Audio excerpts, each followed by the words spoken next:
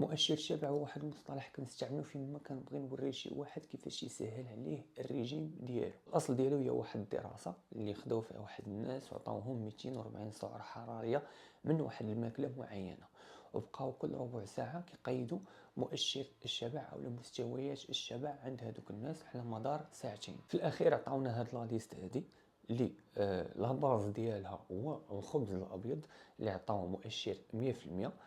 وبكل بساطة كل ما كان واحد الطعام معين كيتفوق على 100% كيعني أنه كيشبع أكثر، وكل ما كان قل من 100% كيعني أنه ما كيشبعش بزاف. وكمثال للأطعمة اللي كتشبع فكنلقاو البطاطس المسلوقة اللي واصلة تقريبا 320% كمؤشر الشبع. كاين اللحم كذلك اللي واصل 170% كمؤشر الشبع، وكاين البيض اللي واصل ل 150% في المؤشر ديال الشبع. وبطبيعه الحال كاين الاطعمه اللي ما كيشبعوش بزاف كمثلا الكيك اللي عنده مؤشر 65%، وكرواسه مثلا اللي عنده مؤشر 47%. الرجيم كيحتاج ذكاء وتخطيط الا بغيتي تطول فيه وتوصل به للاهداف ديالك.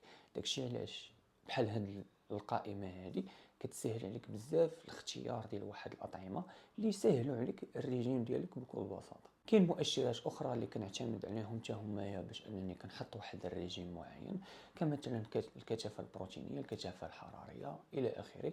هادشي اللي غادي ندوي عليه لاحقا.